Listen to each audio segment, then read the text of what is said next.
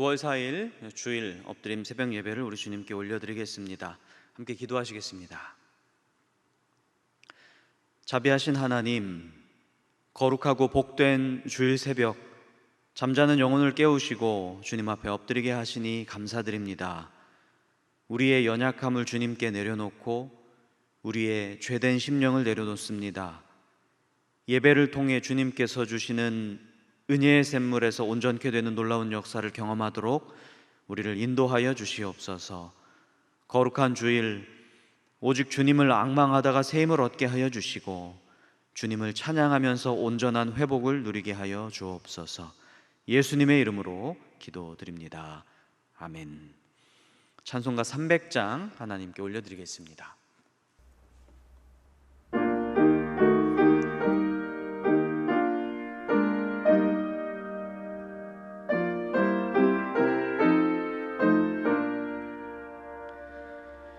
내 맘이 낙심되며 근심에 눌릴 때 주께서 내게 오사 위로해 주시네. 가는 길 캄캄하고 괴로움 많으나 주께서 함께하며 내 짐을 지시네. 그네가 내게 족하네. 그네가 족하네. 이 괴로운 세상 지날 때 그네가 족하네. 희망이 사라지고 친구 날 버릴 때 주 내게 속삭이며 새 희망 주시네. 싸움이 맹렬하여 두려워 떨 때에 승리의 왕이 되신 주 음성 들리네. 그네가 내게 족하네. 그네가 족하네. 이 괴로운 세상 지날 때 그네가 족하네. 번민이 가득 차고 눈물이 흐를 때 주 나의 곁에 오사 위로해 주시네. 환난이 닥쳐와서 어려움 당할 때 주님의 능력 입어 원수를 이기네. 그네가 내게 족하네. 그네가 족하네. 이 괴로운 세상 지날 때 그네가 족하네. 아멘. 오늘 우리에게 주신 하나님의 말씀은 창세기 19장 12절에서 22절까지의 말씀입니다. 생명의 삶은 44쪽에 있습니다. 창세기 19장 12절에서 22절까지의 말씀을 제가 봉독하겠습니다. 그 사람들이 롯에게 이르되 이 외에 내게 속한 자가 또 있느냐? 내 사위나 자녀나 성중에 내게 속한 자들을 다 성 밖으로 이끌어내라. 그들에 대한 부르짖음이 여호와 앞에 크므로 여호와께서 이곳을 멸하시려고 우리를 보내셨나니 우리가 멸하리라. 롯이 나가서 그 딸들과 결혼할 사위들에게 말하여 이르기를 여호와께서 이 성을 멸하실 터이니 너희는 일어나 이곳에서 떠나라 하되 그의 사위들은 농담으로 여겼더라. 동틀 때에 천사가 롯을 재촉하여 이르되 일어나 여기 있는 내 아내와 두 딸을 이끌어내라. 이 성의 죄악 중에 함께 멸망할까 하노라. 그러나 롯이 지체하매 그 사람들이 롯의 손과 그 아내의 손과 두 딸의 손을 잡아 인도하여 성 밖에 두니 여호와께서 그에게 자비를 더하심이었더라. 그 사람들이 그들을 밖으로 이끌어낸 후에 이르되 도망하여 생명을 보존하라. 돌아보거나 들에 머물지 말고 산으로 도망하여 멸망함을 면하라. 롯이 그들에게 이르되 내 주여 그리마옵소서. 주의 종이 주께 은혜를 입었고 주께서 큰 인자를 내게 베푸사 내 생명을 구원하시오나 내가 도망하여 산에까지 갈 수 없나이다. 두렵건대 재앙을 만나 죽을까 하나이다. 보소서 저 성읍은 도망하기에 가깝고 작기도 하오니 나를 그곳으로 도망하게 하소서. 이는 작은 성읍이 아니니까 내 생명이 보존되리이다. 그가 그에게 이르되 내가 이 일에도 내 손을 들었은즉 내가 말하는 그 성읍을 멸하지 아니하리니 그리로 속히 도망하라. 내가 거기에 이르기까지는 내가 아무 일도 행할 수 없노라 하였더라. 그러므로 그 성읍 이름을 소알이라 불렀더라. 이것은 살아계신 하나님의 말씀입니다. 아멘. 이 새벽에 나와 주님 앞에 엎드린 성도 여러분들께 하나님의 은혜와 평강이 가득하기를 빕니다. 창세기 19장을 계속해서 읽어나가고 있습니다. 창세기 19장은 소돔과 고모라에 펼쳐진 그리고 내려진 재앙, 심판에 대한 그런 이야기를 다루고 있습니다. 오늘 읽은 본문 앞달라 어제 읽었던 본문을 살펴보면 소돔 성읍이 패역하다는 소문을 들으신 하나님께서 이 소문이 진짜인지를 직접 확인하려고 천사들을 보내서 롯의 집에 방문하게 하십니다. 그것을 그 천사들을 본 소돔 사람들이 소동하기 시작합니다. 롯의 집 문 밖에 서서 문을 두드리면서 그 사람들, 손님들을 내놓으라고 협박하기도 하고요. 그래서 그 천사들과 어떤 관계를 맺고자 하는 그들의 욕망이 너무나 크다는 것을, 그리고 그것이 얼마나 패역한지를 직접 확인하게 됩니다. 아마 그 천사의 겉모습이 소돔 사람들이 보기에도 아름다웠나 봅니다. 근데 롯은 여기서 한술 더 떠서 아직 남자를 가까이 하지 않은 두 딸이 있으니 이 손님 대신에 이 딸들을 취하라고 이야기하기까지 합니다. 하지만 소돔 사람들은 막무가내였어요. 문을 부수려고 하기도 하고 쳐부숴서 집으로 억지로 들여오려고 하기도 했습니다. 일촉즉발의 위기 상황이 펼쳐지고 있었던 거죠. 오늘 말씀을 보면 천사들은 소돔 백성들의 이 패역함을 직접 목도하고서 그 땅의 악함이 진짜구나라고 판단하여서 그 땅을 멸하기로 결정을 합니다. 차마 눈뜨고 볼 수 없는 그런 악함이 그들 가운데 있었던 것 같습니다.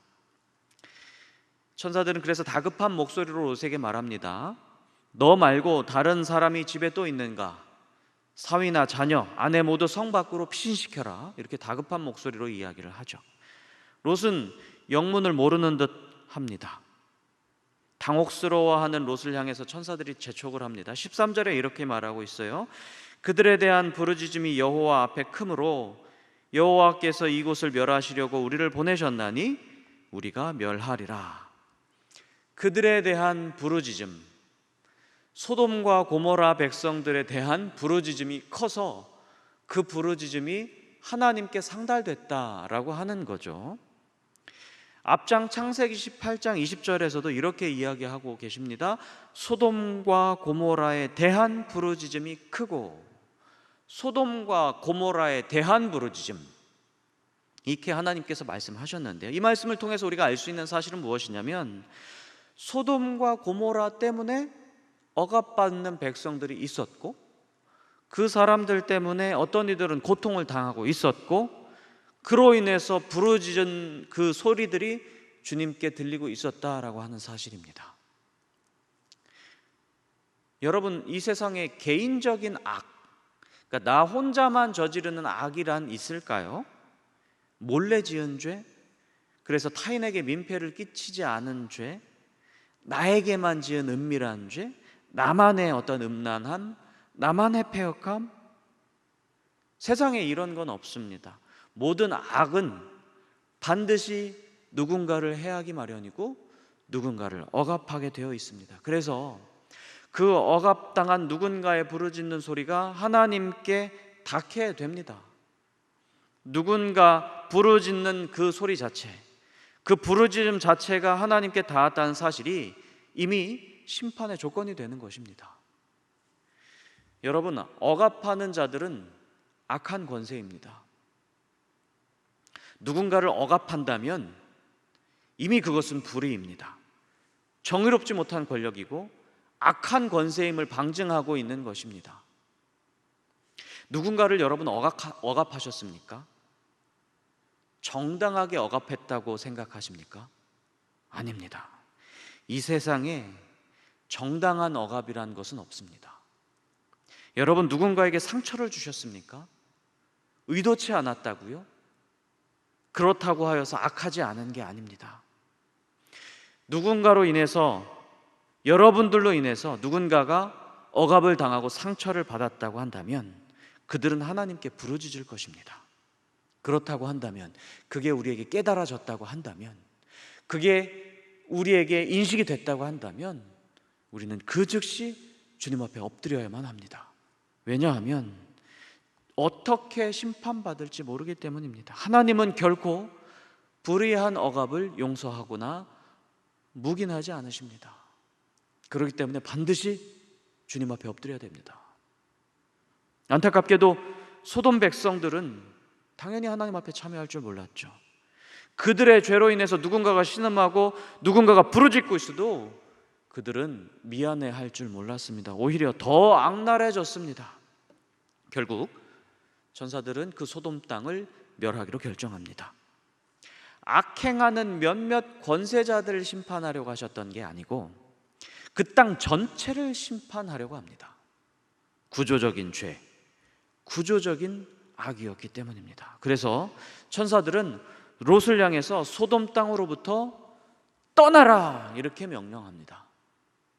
소돔 땅을 변화시켜라 라고 말씀하시지 않고 소돔 땅을 떠나라 이렇게 명령합니다. 여러분, 죄에 맞서 싸워서 그 악한 구조를 선하게 개혁하는 것, 물론 그리스도인들, 이 땅 가운데 살아가고 있는 그리스도인들의 굉장히 중요한 사명입니다. 그런데 때때로, 정말 때때로 그 악한 구조를 아예 등지고 떠나야 하는 때도 있습니다. 악과 싸워서 승리하기 위해서 그 악한 세계와 부대끼고 얽히고 설켜서 육탄전을 벌여야 한다고 생각하실 수도 있겠지만 전적으로 그 악한 길에서부터 떠날 때 싸움이 시작되는 것입니다.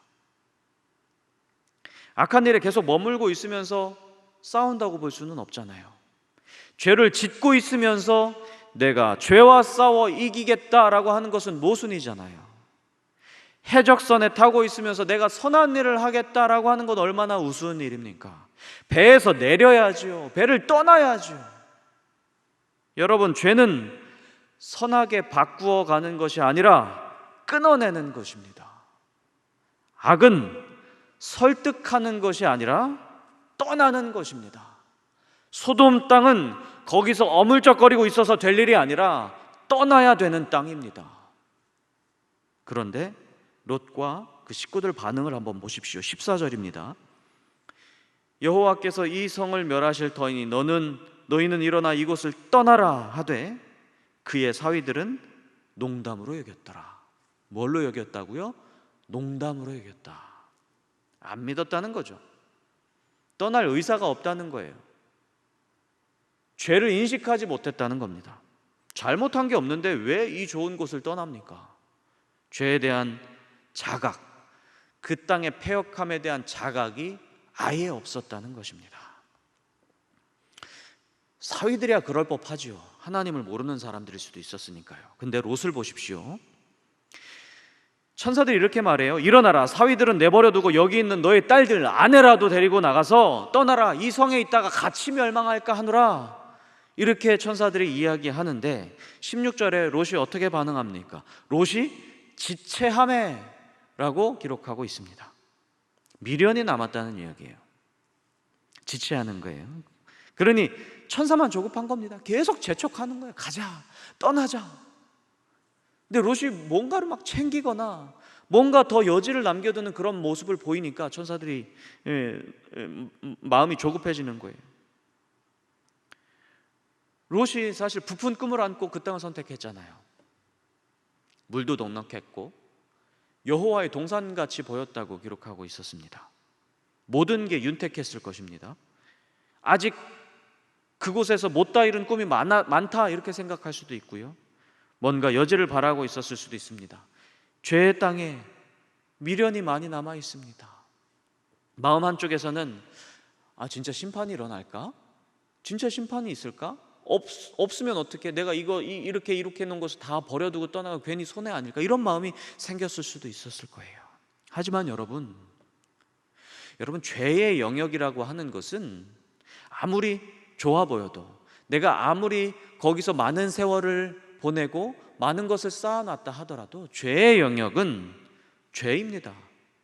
다시 말씀드리지만 여러분, 미련을 두지 마시기 바랍니다. 그것이 죄라는 판단이 섰으면 과감히 손절해버리고 떠나야 합니다. 버려두고 떠나야 합니다. 반드시 심판당합니다. 오늘 말씀을 보면 지체하는 롯에게 은혜의 손길이 임합니다. 16절을 보십시오. 그 사람들이 롯의 손과 그 아내의 손과 두 딸의 손을 잡아 인도하여 성 밖에 두니 여호와께서 그에게 자비를 더하심이었더라. 아멘. 그러니까 막 지체하고 있으니 뭔가 강력한 힘으로 그들을 막 억지로 끌어서 그 혼란한 틈을 타 성 밖으로 간신히 안전하게 대피를 시켰다라고 하는 말씀입니다.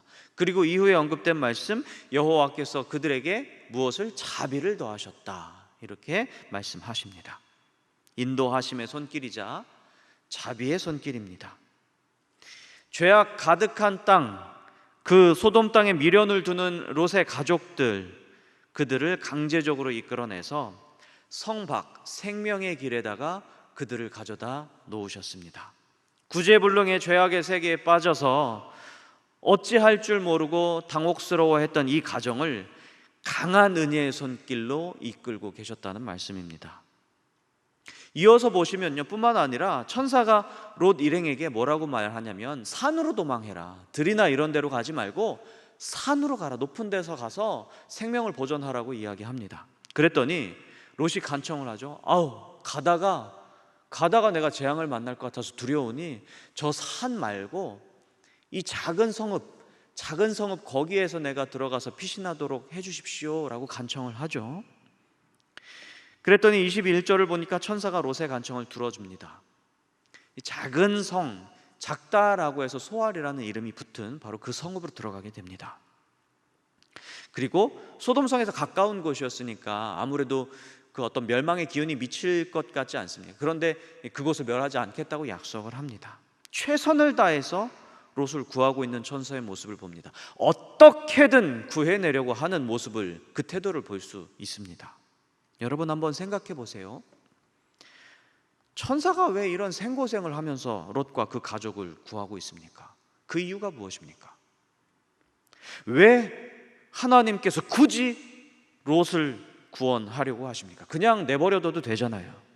왜, 무엇 때문에 구하려고 하십니까? 아브라함 때문에 그렇죠. 아브라함과 맺었던 언약을 기억하시고 롯을 구원하십니다. 롯에게는 아무 공로가 없잖아요. 롯이 구원받을 만한 하등의 이유가 없잖아요. 아무것도 없습니다. 잘한 게 없습니다. 하나도 없습니다. 롯을 구원하신 이유, 아브라함밖에 없습니다. 창세기 12장 3절에 이렇게 기록하잖아요. 너를 축복하는 자에게는 내가 복을 내릴 것이다. 땅의 모든 족속이 너로 말미암아 복을 받을 것이다. 하나님께서 이 아브라함과 맺었던 언약을 기억하시고, 롯은 아브라함이 진짜 사랑하는 조카잖아요. 그래서 아브라함을 생각하셔서 롯을 구원하신 것입니다. 이 약속을 하나님이 기억하셔요. 아브라함 때문입니다. 그런데 더 깊이 들어가 보면요, 아브라함 때문이 아니에요. 아무 공로가 없어도 언약을 지키시기 위해서 생명을 구원하시는 분이 누구십니까? 우리에게 아무런 의가 없어도 예수 믿는 그 믿음으로 우리를 의롭다고 약속하신 그 약속을 지키시는 신실한 분이 누구십니까? 의로우신 분, 자비로우신 분, 신실하신 분이 누구이십니까? 우리 하나님입니다. 아브라함이 아니라 하나님께서 그렇게 하시니 롯을 구원하시고 계신 것입니다. 하나님 때문입니다. 롯 때문도 아니고 아브라함 때문도 아니에요.